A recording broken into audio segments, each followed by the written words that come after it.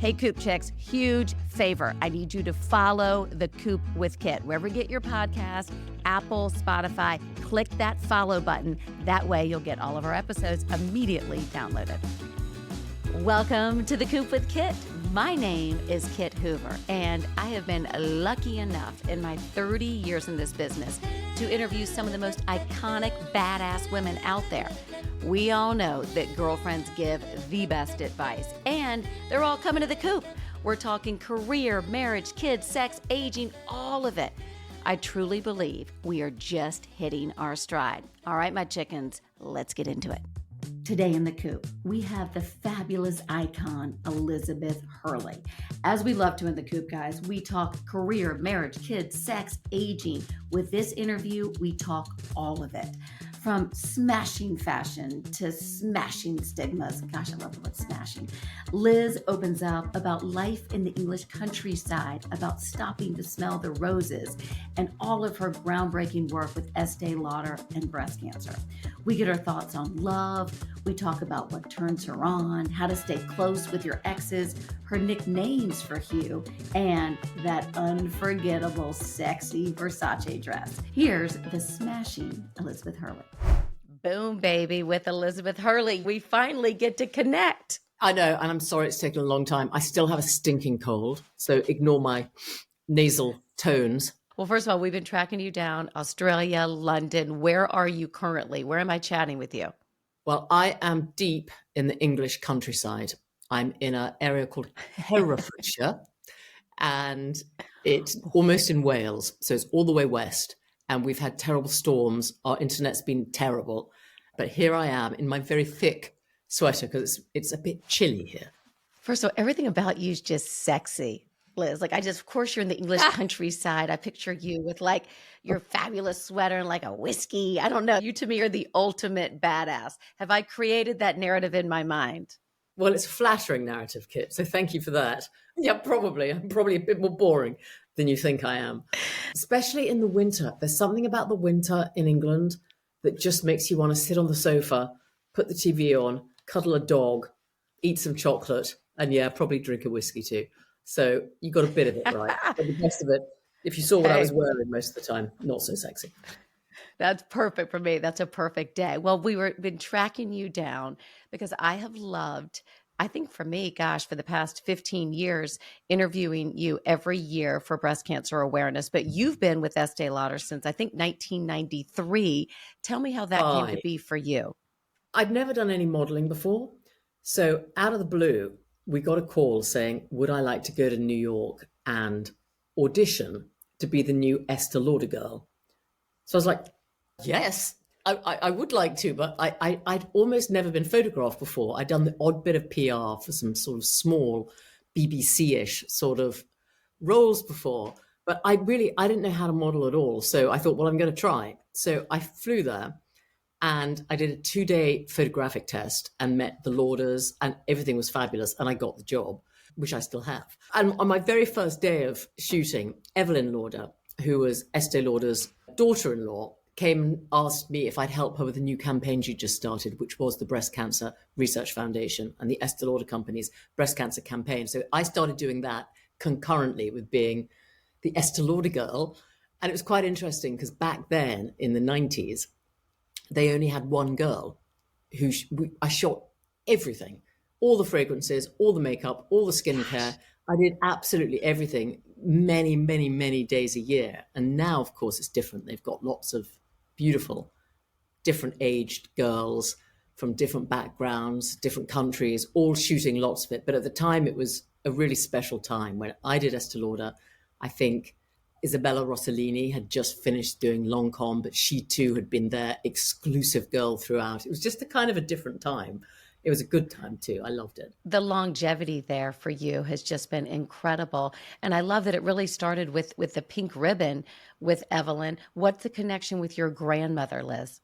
Well, when Evelyn asked me to start helping her with her campaign, she said that women all over the world are dying of breast cancer and no one is talking about it. And that's what I want to change.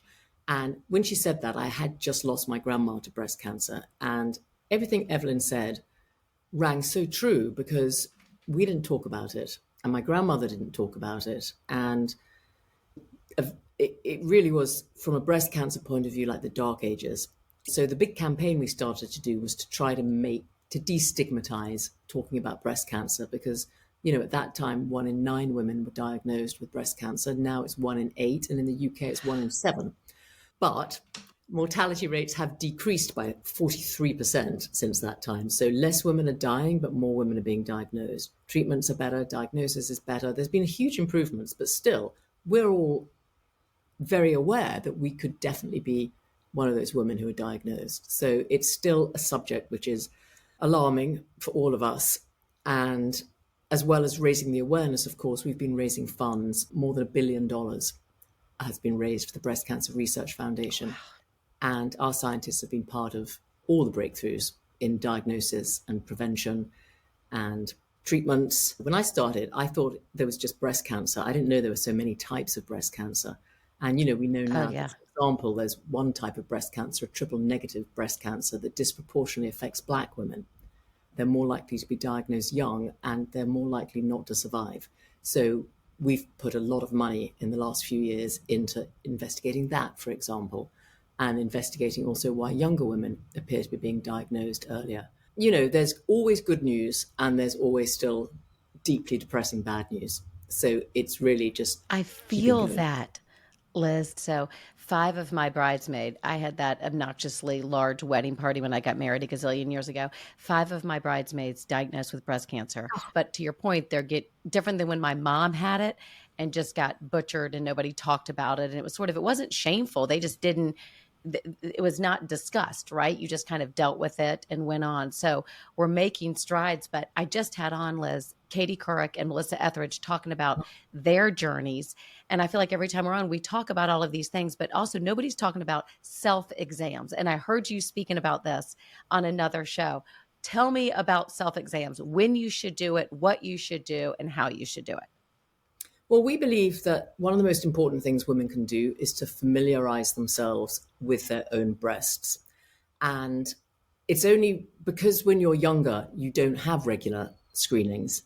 You don't have regular mammograms because it's thought that the breast tissue is too dense. So a mammogram isn't really effective till around 40.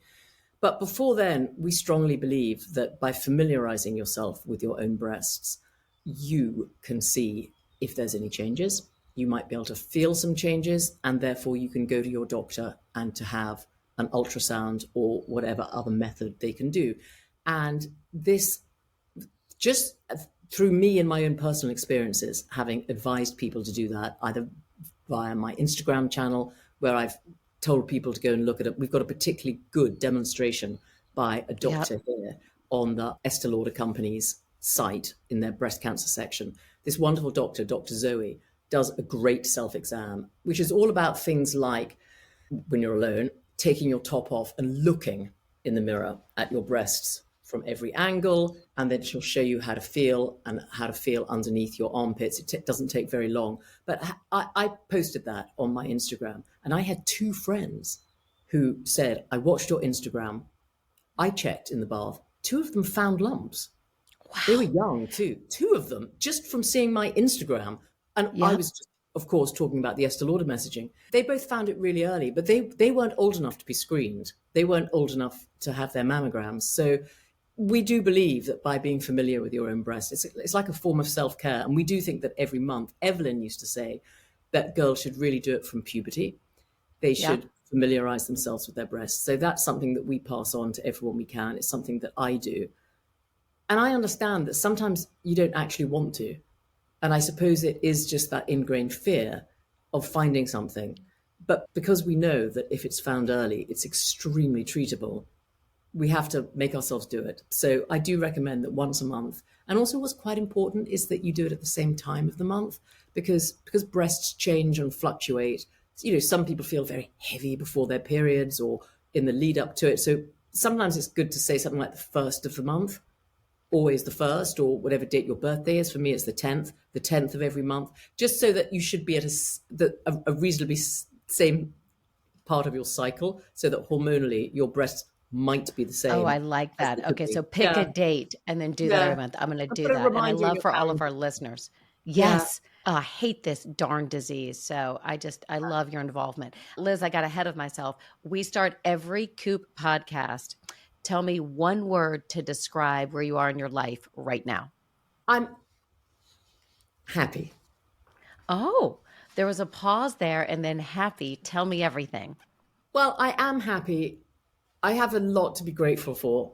A lot of my friends and family have had some health issues in the last year. So, in some ways, it's been quite a tough year. But sometimes in those times, it really brings you together, I think, and it makes you remember how important solidarity is and how important pulling together is. And when you're scared for someone, it makes you appreciate them more, I guess, and it makes you value your time with them more. So I feel that sometimes in adversity, you actually feel better and stronger after it, even if there's some residual sadness and stuff there. So I feel that I've made quite a breakthrough with a lot of people this year through not having such a great time in a way. You know, for some people it was health, for some people it's career, for some people their kids, whatever it is, we've all got these, incessant problems that seem to come at us everywhere.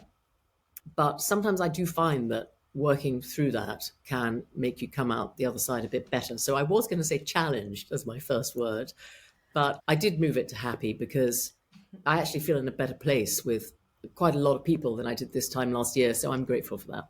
What a beautiful message. And to hear that, have you always had the ability to do that, to sort of lean into harder times and come out on the other side? No, I think sometimes it's something that you learn as you go along because sometimes, we kind of run away from situations that are challenging. I remember losing a really good friend who was really my friend, but his wife was, I liked her very much, even though I was more his friend. And I found myself avoiding her for a while because it was so awkward and sad and difficult.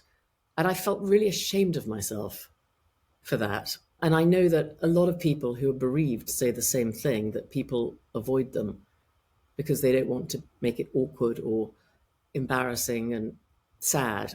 And I think that's something that I have to fight against sometimes. Sometimes I feel I might have let myself down in that department before. So I think that probably having that knowledge going into the last year, which again hasn't been great in all ways, has made me probably a slightly nicer, better person. What a great thing to hear. Have you always been this self-reflective? No, probably not. I feel that ever since lockdown, funnily enough, when we spent so much time at home, and in my case, so much time with family, who I hadn't spent a lot of time with since I left home, really when I was 18. But suddenly, during the lockdowns, I was back at home again with my mother, aunts, sisters, brothers, other people that were with them, my son, obviously, and a couple of close friends who had immune problems. So they needed to be kept very safe too. And I've got a big house in the country. So everybody could come to me and we all locked down together. And I know in some ways I was very fortunate that we had the space and we weren't all locked down, in a very small apartment, which would have been more challenging. As it was, we were in the countryside. And it was a real time of bonding and a real time of reassessing in a way, I think, for me, because I think when you're so busy, and in my case, flying around the world incessantly, always living out of a suitcase, always having kind of a fabulous time. But actually, I really lost touch with a lot of the person I was before I left home. But I kind of felt I rediscovered that in a way by being home and not traveling and not unpacking a suitcase the whole time. And I've managed to hold on to a lot of that, even though obviously life's back to normal now. And I do have to do quite a lot of flying around now for work. But I find that I'm spending more time with my family, less time with people who are great, but not my best friends, less time with them and more time back at home. And I think I really appreciate that. Or I've become really boring. One of the other. We know that's not it. Liz, leaving home at 18, that's young. So what was your plan? Like, what did you always sort of see this life for yourself? Not so much maybe even the modeling or the acting, but something exciting and vivacious. I think I did because I left home at 18 and I grew up in the country. I moved to London to go to college, which was a dance and drama college. And yeah, I knew that I wanted to do something. I didn't know exactly what in showbiz, but I knew that that was the only thing I ever really wanted to do. I mean, we've all seen it in so many movies where kids sit down with career advisors and they try and persuade you not to want to go on stage and not to want to do music or art or whatever. And they're always telling you should be training to be an accountant or something. And I was the worst. I was absolutely hopeless. I had nothing I wanted to do apart from dance, sing, act, do something in showbiz. And of course, where I came from in the country, it was just like, that's ridiculous. Let's have a backup here. And I was just like, no, I don't have a backup. That's what I want to do. Wait, back in college, were you goth or punk? I'm trying to remember what I read about you. Did you go through which one? Describe your look.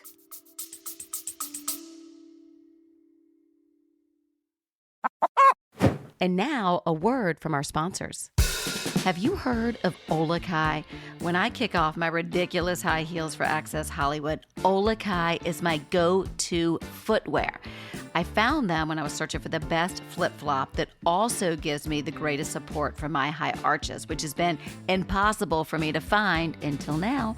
Olakai is a super cool brand known for their anywhere aloha spirit and Hawaiian roots. They make shoes for every type of occasion, and now this includes the most comfortable and stylish pickleball and golf shoes. Hello! My favorite part is that the heels naturally go down to make every one of their shoes a slide. How genius is that? I promise you will love anything you get from them. And for Coop listeners, free shipping on any order at olakai.com. That's OLUKAI.com. Use code COOP and get your Olakais delivered ASAP to enjoy the summer. Mahalo.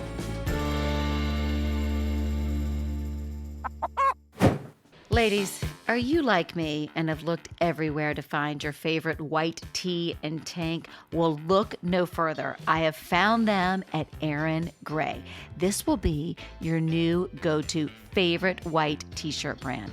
Custom designed in my hometown of ATL, Atlanta, and made of pure Pima cotton from Peru. You will never take it off.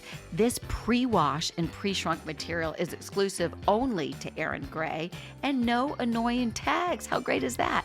I am so happy and I feel so good every time I put these on. I have finally found my go-to tee. Aaron Gray is 100% women-owned and operated and gives 10% of profits back to cancer research every year. Go to aarongraydesign.com. That's ERINGRAY design.com. Use code COOP20 for 20% off. And now, back to the coop. Well, you know, when I arrived at college, I thought I was really cool. So I had pink hair, I had a nose ring, and I was, you know, dressed in ripped up clothes, and I thought I was the bee's knees. And I remember going I went to my very first drama lesson with quite a strict drama teacher. There's a good end to this tale. And I remember he walked in and we were all introduced, and he looked at me and went, "Very castable." And I was like, "Oh, that's great." Well, he said, no, I'm sure there's going to be the odd part where they look like you. And I was like, oh. So then I was like, maybe I have to grow the hair out and maybe I have to take the nose ring out. And, you know, it was a very different time then. So gradually I sort of morphed myself into how I look today. But it took a little while. But that guy, so this was a really long time ago, but that guy is now living in a cottage on my farm here. And he's nearly 90. And he's remained one of my best friends and advisors throughout my entire life. I remember he flew out to LA when I filmed Austin Powers because I was really nervous about that part because I hadn't really done a big comedy before. So he came out to help me with that.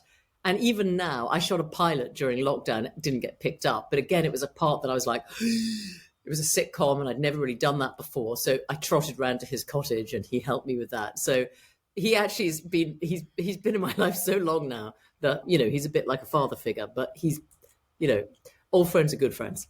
No, I love this about you, Liz. What I'm learning is people that come into your life, and I would see this with your past exes, you keep them in. You seem to grow this beautiful garden of people that have come in and out of your life and they stay. The fact that this 90-year-old drama teacher from high school with your pink hair lives on your property is my all-time favorite story. I do we can we say his name? Do we say as a nickname? Can we give him a little shout out?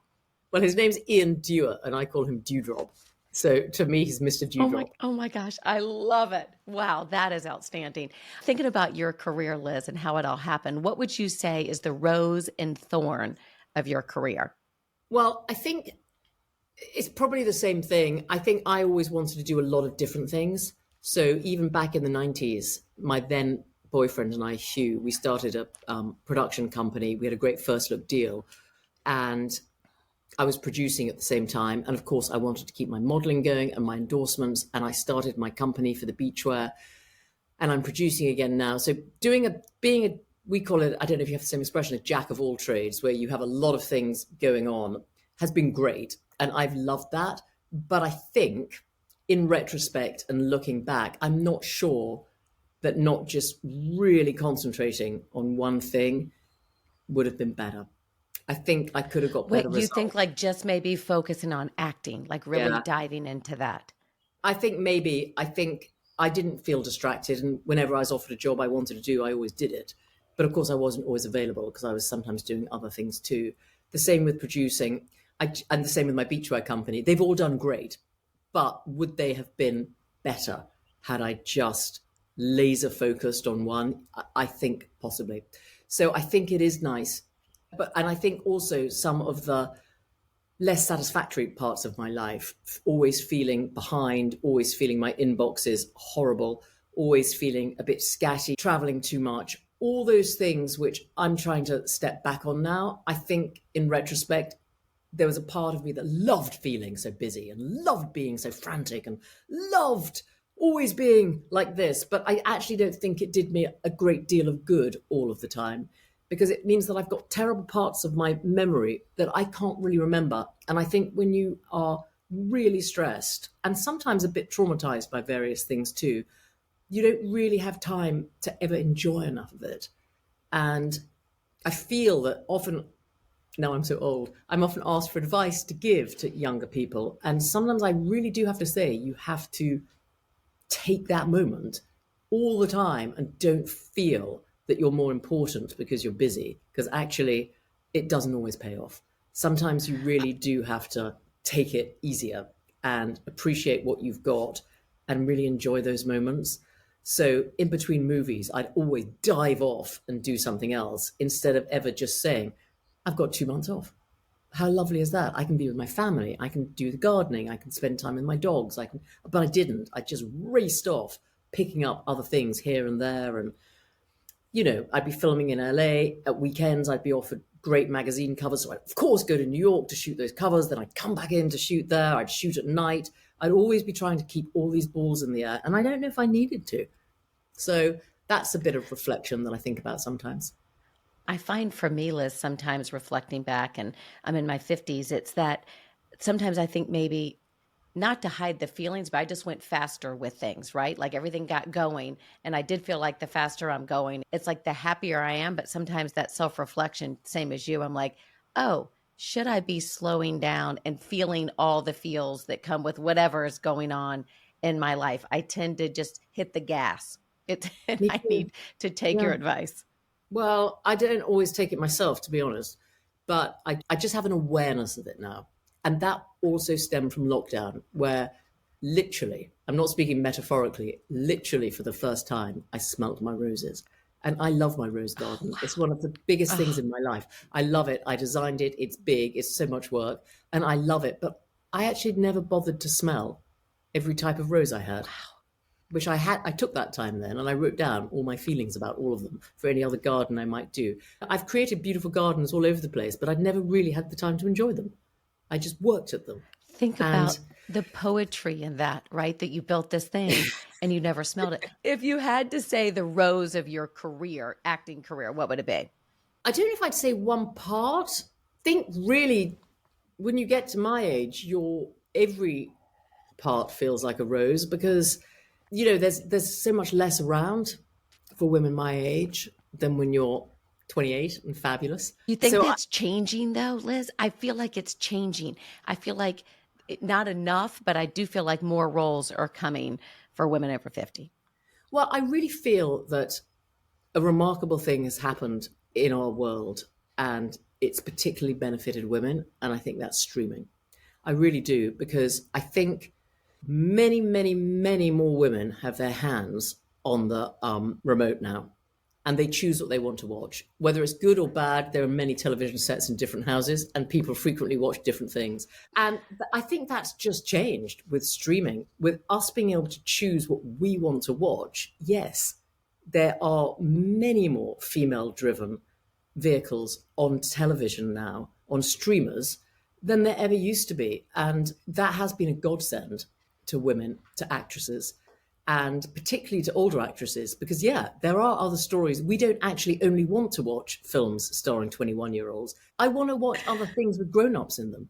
I think it was amazing how Yellowstone did, which is a show with grown-ups. There are a few young people, but not many. People just lapped it up. Thank God, right? And and thank you, streamers, for that. Thank you, Netflix and Amazon and all the people who are actually making television that we now put the remote up and put on. The Diplomat. How lovely is it to watch The Diplomat? Oh, I love The Diplomat. I love her hair. I really want to brush it.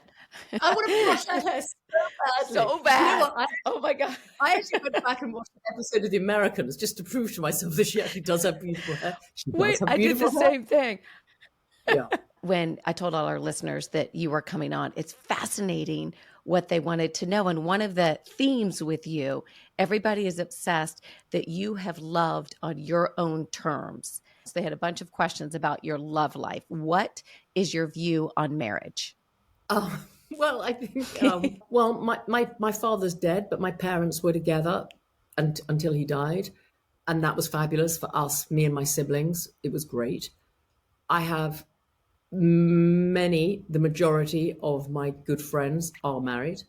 I have a couple of beautiful examples of people who were childhood sweethearts and have remained married. I have a lot of friends who are divorced. I have a couple of friends who never married. I think that when it works, it's great. My marriage was great, and I'm excellent friends with my ex-husband. I see him all the time. And you're best friends with all of your exes. Like that alone. I mean, isn't Hugh Grant godfather to Damien? He's godfather to Damien. I'm great friends with Hugh. I'm great friends with Arun. My other two loves in my life are both dead. So there's only 2 out of 4 left.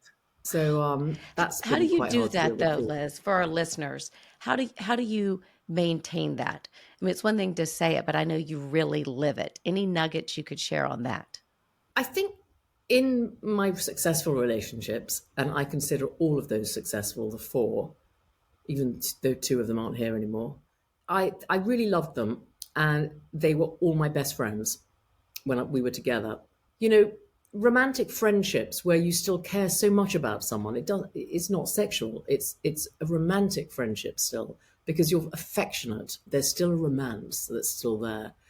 And I'm sure if they'd been bad guys or I'd been a bad, violent or awful person, of course we wouldn't be friends. But that was never the case with any of the people I've been very close to.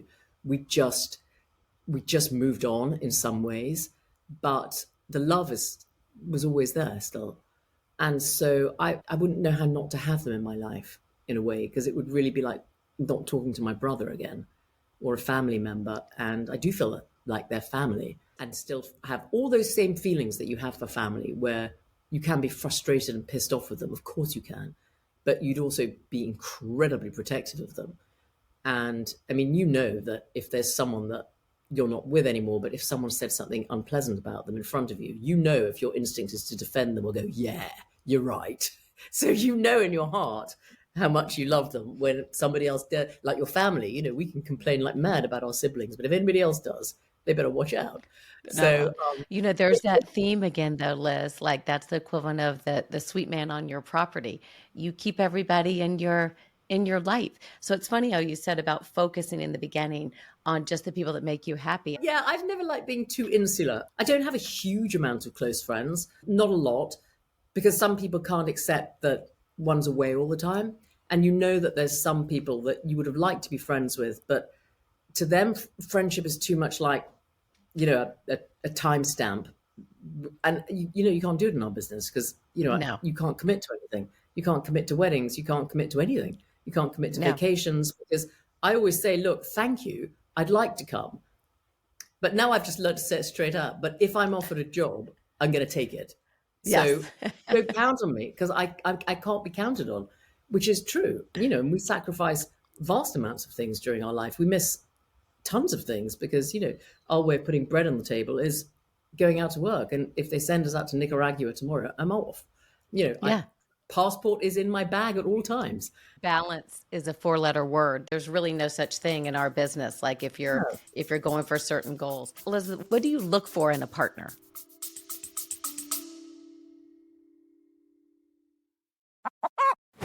And now a word from our sponsors. Hey everyone, I'm a jeans girl, and if you're like me, you need to know about Blue Delta jeans. Blue Deltas are custom fit for your body type. You send in your measurements and they custom fit them to you. I've truly never had jeans that fit me this perfectly, and honestly, it's been a game changer. Their easy measurement process to get your custom fit and their unique hand-sewn jeans are the best you can get. You will not believe how great they feel. Blue Delta jeans should be your go-to. I'm completely obsessed with their incredible custom vintage jeans that come in straight and flare styles. Trust me, you will live in them. Go to bluedeltajeans.com and enter the code COOP20 for 20% off your new perfect jeans. Hey y'all, let's talk whiskey. Can you believe that 40% of bourbon drinkers are women, but less than 2% of whiskey companies are women owned? I found a 100% female-owned bourbon company out of Nashville, Tennessee called Happenstance Whiskey. I love their bottle. This bourbon is no joke. It's delicious, full-bodied, smooth, and naturally sweet from the barrel. So for my wine drinkers out there, it drinks like a Cabernet-style bourbon. Vanilla, hazelnut, toffee, and caramel notes. Yum! It makes for the perfect cocktail base for bourbon espresso martinis or a fabulous old-fashioned. So go to happenstancewhiskey.com. Coop listeners get free shipping on any order with code COOP at checkout. Cheers to that. For listeners 21 and older, please drink responsibly. And now, back to the Coop. Well, I think what I really like is I like coziness. I like feeling incredibly relaxed, like family, and easy. I've always liked people. I'm always attracted to people who know things I don't know. So I'm never looking for a copy of myself because I find that quite tough. But I always find it very attractive when someone has a real skill in a field which I don't know about. It could just be they love horses and they're brilliant with horses. I'm scared of horses, so I find that attractive. It could be that they're just incredibly well educated. So Hugh is very well educated. I have 2 nicknames. Well, I've got a million nicknames for him. I've actually never called him Hugh in my life. One of his nicknames is Norman, which is Norman Noel, and the other one is Perry, which is Perry Pompous. So often, if I don't know something, I'll just send him a quick text and I'll say, Perry, tell me this. Or Norman, what's this? And he always knows the answer. So his incredible brain was very attractive. My husband, Arun, also, both of them have higher IQs than me. I know they do. And he's super bright. And I've always been attracted to people who have a lot of brain power. So I'm not sure I could be with anyone if I thought I was more intelligent. Are there any deal breakers? What are the deal breakers for you? I think a very narrow, small mind would be difficult for me. I find it very attractive when people are open to other people's opinions. I have some very good friends where we don't agree on anything, really, but we're very easy with knowing that politically or something, we could be streets apart, but we're good people. We're all good people. We just think differently. And sometimes I meet people who are really closed off and angry, very Yeah. angry with people who don't agree with them. And I find that incredibly unattractive. And when you find someone who's intelligent and knows all the different ways that a situation could be handled, they might choose this one, but they can see everything. And I find an openness of attitude very attractive. What advice for dating in your 50s? Well, I don't know. I mean, I'm not in love with anyone right this moment. And I feel that because I'm such a terrible person to give this advice, Kit, because I prefer to be at home with my dogs. So the last thing I can say is get out there. I remember a long, long time ago that sometimes you'd meet someone. I wasn't looking to meet people at the time, but you'd meet people and you could just see these guys, they were wanted that next step with someone, not necessarily with me, but they were so ready in their lives to settle down, meet the right person, get on with it. This is way pre-kids for all of us. And there was just this click. And I think also, because we've got our kids and we're in our 50s, there'll be a time when we really want to open up our lives and share it with somebody. And when it's the wrong time, it's just not right. It's just not right. Yeah. When I split up with Shane, which was actually 10 years ago, we just realized. And at that time, my son was about 12. And I just knew it was a bad time for mummy to be out and about dating, for mummy to be bringing people home, for mummy to continually be introducing new people into a pubescent single child's life. It was just, I knew it was wrong. It just felt like it would be the wrong thing to do. So I didn't. So I just put him first at that time. And, now he's a grown up now, he's 22, and he'd be delighted for me to meet the next love of my life.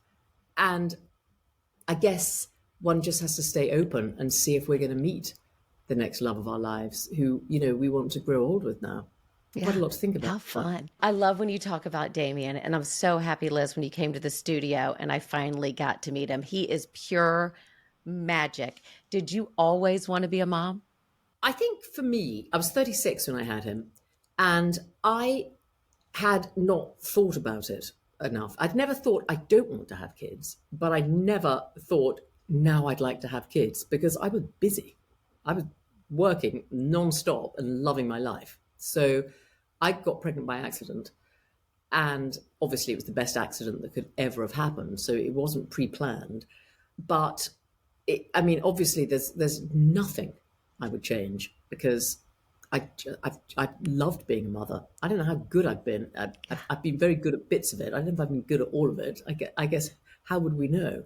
But it's been a hell of a ride, and I've loved it. How would Damien describe you as a mom? Well, I think he would say I was loyal. I think he knows that I'm there for him. I think he truly believes that I want what's best for him, and I'm more concerned with his life going well than my own. And he knows that. And I feel that with all the people that I've been in love with too, I felt that way towards them, and I know they felt that way towards me.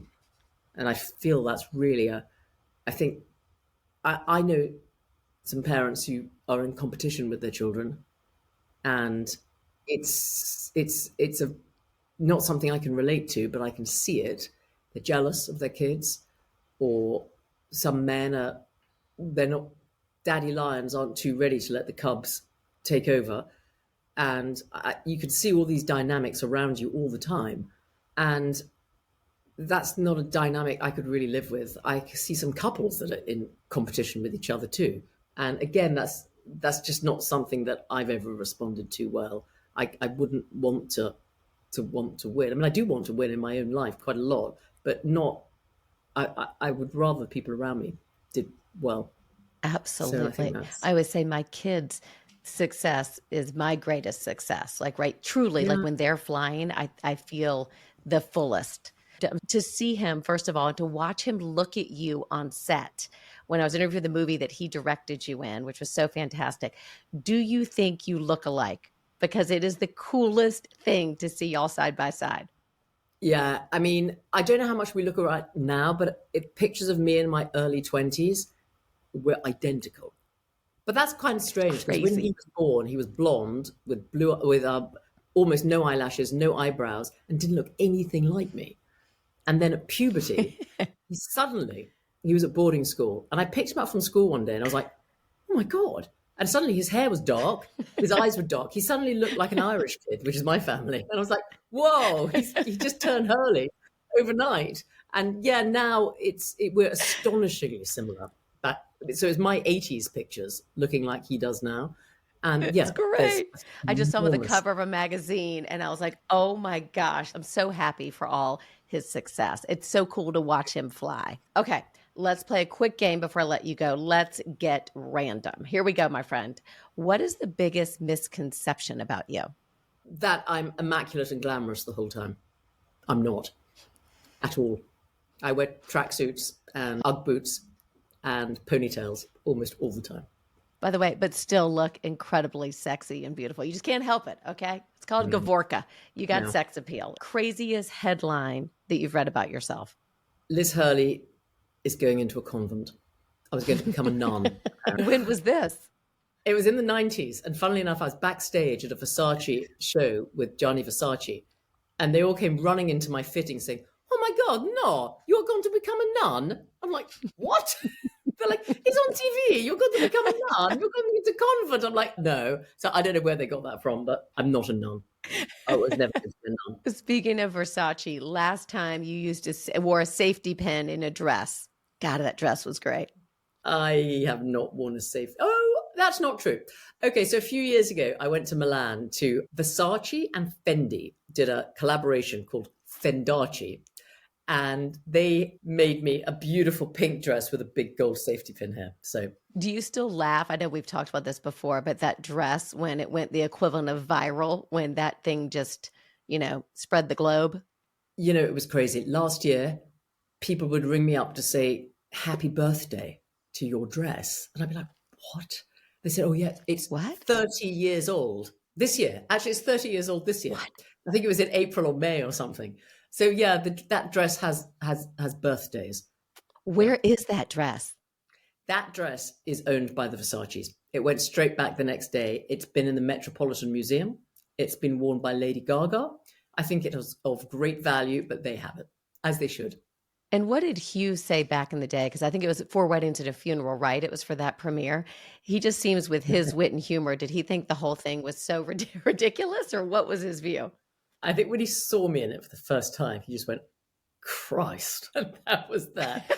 Because we were living in this tiny little apartment with no full-length mirror, no steamer, I don't have anything. And so it was just, "Christ." And then we ran downstairs and off we went. We were right up on a walk-up flat. So it was something. But yeah, long time ago. 30 Favorite years. vice? Well, probably eating peanut butter. I can't walk past a jar of Yum. peanut butter without sticking my finger in it. I love it. I Do can't you have do it the enough. almond butter or do you peanut butter, and do you do the chunky? Because I have it every single day. It's my I favorite. like chunky peanut butter. And to be honest, I really like the supermarket brands. I don't let myself have that. So I would get an almond butter or a very posh one. But secretly, I like the ones we grew up on. And I like having those ones. Yeah, just the That's Jif, something the that's- Peter Pan, extra chunky. Oh, yeah. I mean, I love it. And I don't think it's very good for you, but I love it. Do you know, I grew up every morning of my life, Liz, every single morning with a peanut butter and bacon sandwich. Oh, delicious. And if the bacon was greasy and it melts the peanut butter, oh, Delicious. Delicious. I mean, I love it. delicious. It should be banned, but yeah. Liz, have you ever been rejected by a guy?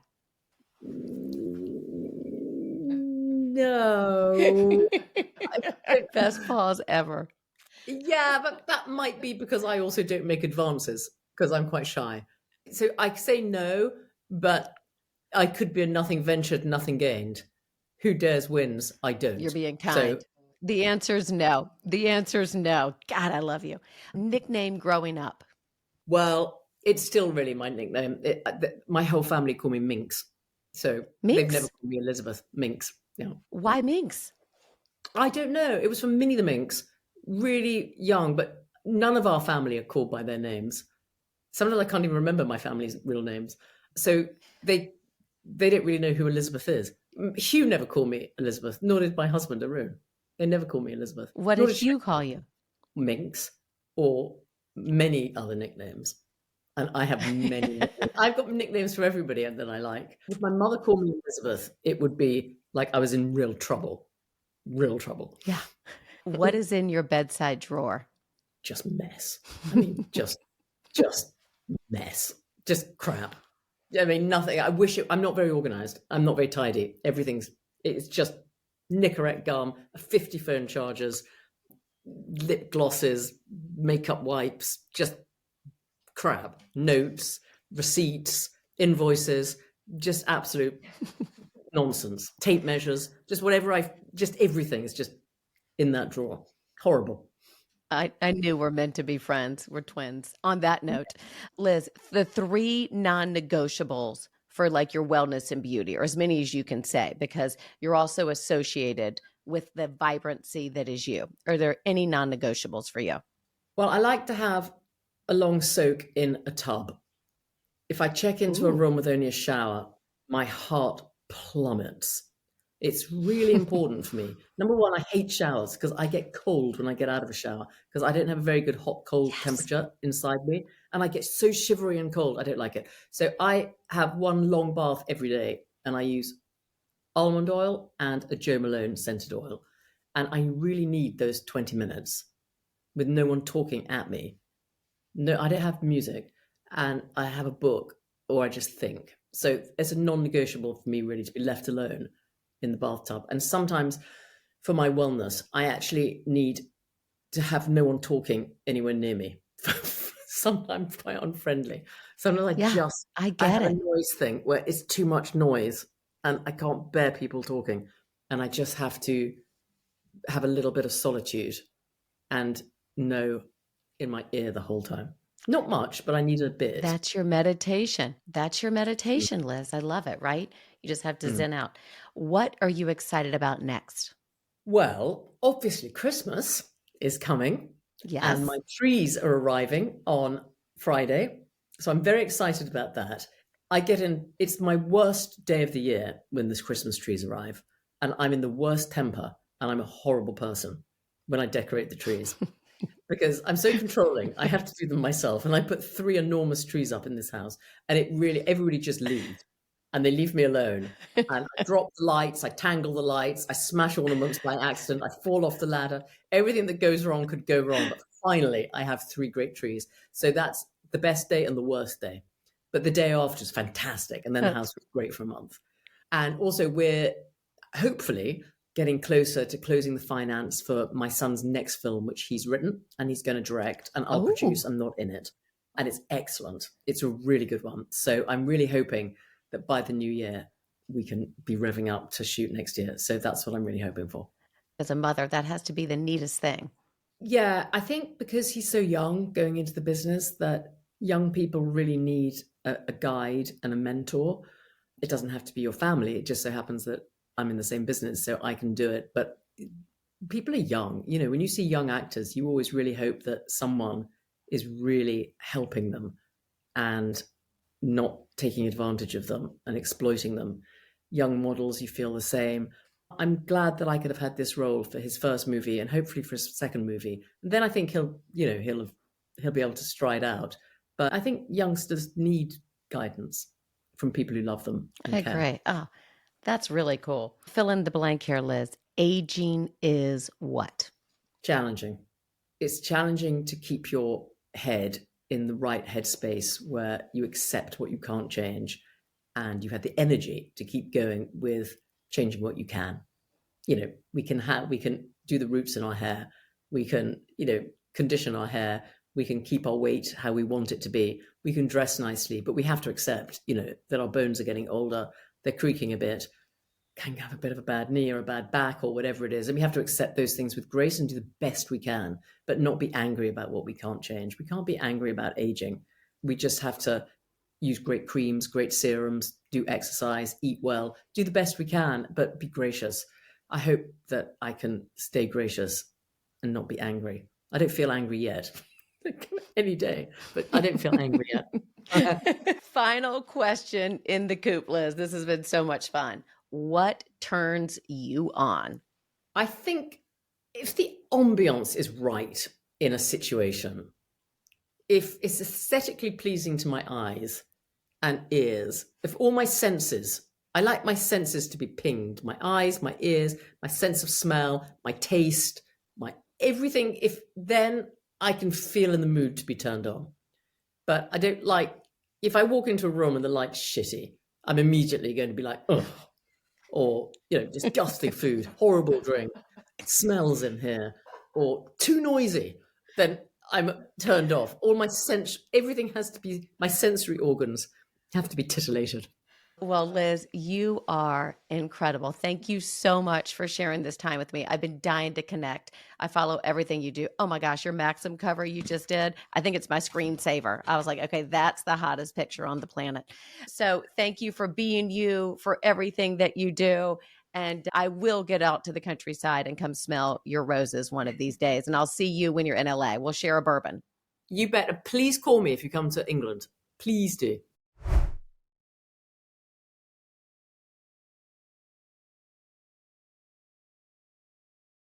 Okay, let me bring in my producer, Harper. What are your thoughts? So we don't talk a lot about what you look like in the coop when you're recording, because most of the time, like you are now, you've come from set. You've got, what's the name of your hair you have right now? The new one is called Lindsay. Okay, so Lindsay's in your head. You've got your glow. You're just glossy. My spider lashes. You're just with Elizabeth Hurley, which seemed perfect.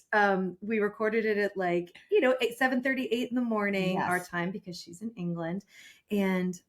Well, you two looked a little different. Well, Harper and I are dying laughing, y'all, because we've been trying to get her forever. Yep. She was in Australia and then she's in the English countryside. I mean, it's Elizabeth Hurley. We were so excited. And she said, hey, can we just do audio, right, no video? And Harper and I are like, great. So I believe it was 7 a.m. Maybe it was 8 a.m. But she just didn't want to have to, understandably, yes, do her hair and her makeup and the whole thing. Great. Totally great. Perfect. But what happened was, so I literally rolled down, Harper's setting everything up, and I come down straight from the shower. My hair is half dried. I have frizzy hair. I don't even have, not only no makeup, I didn't even put. There was no stitch of concealer. There was no concealer. I didn't put foundation. Nada. There wasn't lotion. Nope. I was dry and crusty. So y'all, then we're having a little trouble with the Wi-Fi because she's in the English countryside. She pops up, and what do we see, Harper? The most beautiful creature, luscious human being with like a roaring fire behind her. She's got this gorgeous cable net turtleneck on. She's glowy. She's just the hair. I mean, it's she is Elizabeth Hurley. Yes. So, but I just had to laugh because it's just it was the beauty and the troll. It was Harper and I. So that kicked off this kind of thing entertains us so great. much because we're never about that. That was the best way but it was, to start the interview. Yeah. Oh, that entertained us so much. She was so enlightening, very grounded. Yes. She was very grounded. She talked a lot about, that lockdown for many of us was a pivotal moment in her life where, all of her family came to be with her in the countryside. And I loved what she said about the roses. That she's finally stopping to smell the roses. Yeah. But every one of them in her beautiful garden. She's a huge gardener, but it's such a metaphor, I feel like, for what she's doing in her life. She seemed very transformative, very calm. Yep. Self-reflective. Very reflective, very peaceful. Absolutely. Well, I mean, did you see that scene? I mean, God, she's like in the countryside. Y'all, her English countryside. I was like, she is just, I think she's one of the sexiest, most powerful women. Like everything about her aura, I just love. Absolute, like just luscious. Luscious.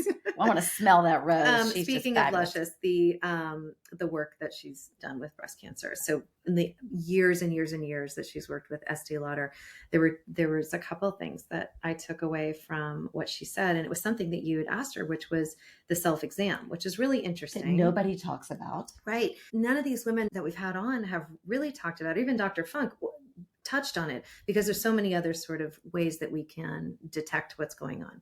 But I loved what she talked about, that she said on her Instagram, she had posted how to do it specifically. Check her Instagram for that, which is so cool. The other thing I really love that she said, which I have to admit, I have never done in my life. I'm 49 years old. She said, you have to look at your breasts in the mirror. And I did that, like like we're recording this, just for the record, we're recording this a week after we did the interview with Elizabeth.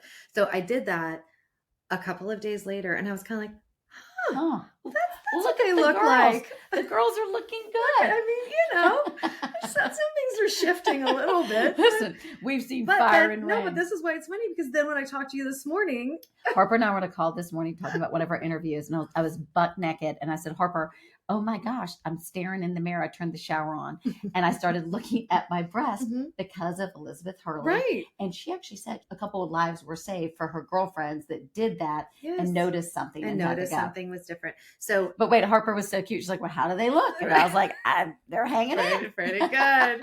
They're sort of perky. We breastfed a lot of babies. Yeah, that's right. But on a serious note, please take the time to do that. We're being giggly and funny about this.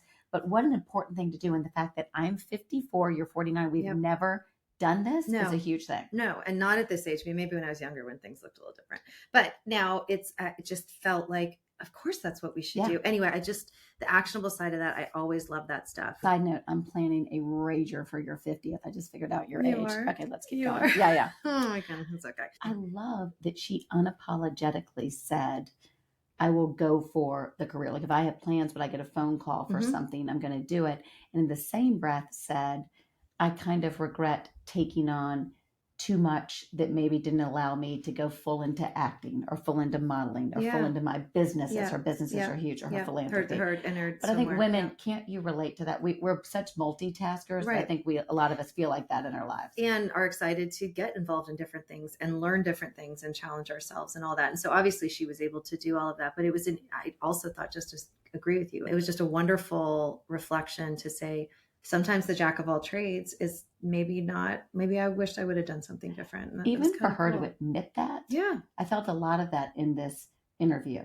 Very self-reflective, to use that word again, but just really thinking about everything, very thoughtful with all of her answers. Yeah. And I think she was thinking about that in terms of her son, Damien, how she might sort of help him too, which was cool. By the way, they look identical, and she admit, which I love in the interview, like he is so stunning and fabulous. We just had him on my show, and he has another movie coming out, and so it's going to be so fun to watch him shine. Producing. It's awesome. So we have to talk about that fabulous story with you. I was like, first of all, the way she just nonchalantly was talking about that they get dressed in their tiny apartment. She doesn't even have a full-length mirror to see what it is. And what about Hugh's first word upon seeing her? Christ. And which is spot on. I mean, that is why it became the sensation. Her in that dress. We said, when's the last time you wore a safety pin? I mean, that was the best. Yeah. But the fact that changed her life forever. And really Hughes, they both went on. And the nicknames for one another. Oh my God, it's so cute. Well, I just love that she doesn't actually know some of her family's actual names. Well, you know what? Again, Kit, like I keep finding these amazing ways that you connect with each of our guests. The number of nicknames that you have for your friends. You just had all of your girlfriends in town from North Carolina. Because we have one of my best friends, Lala. Lisa Frierson is battling stage 4 triple negative. She's going to beat it. We had the best weekend, and Pooh, Boner, T-Money, Lily, Peaches, everybody came out to rally around. Buddha and Donna couldn't make it, and she is just so loved. And so a shout out to all our girls and our new friend. What is Liz Hurley's nickname? Oh, Minx. And a shout out to Minxie. Oh my God. And it's perfect too. It's perfect. Again, luxurious, fabulous, smashing Minx. Best name of all time. Thanks, Minxie. All right, guys. We hope you liked this episode of The Coop. Follow us. Go up there and click follow The Coop with Kit, so it's automatically downloaded wherever you get your podcast. Thanks again. Thank you for joining us, my chickens. If you like this episode, please give us a 5-star rating, drop in a great review, and tag us at The Coop with Kit Hoover. As well, you can follow us on social media at The Coop with Kit Hoover for behind-the-scenes content and updates.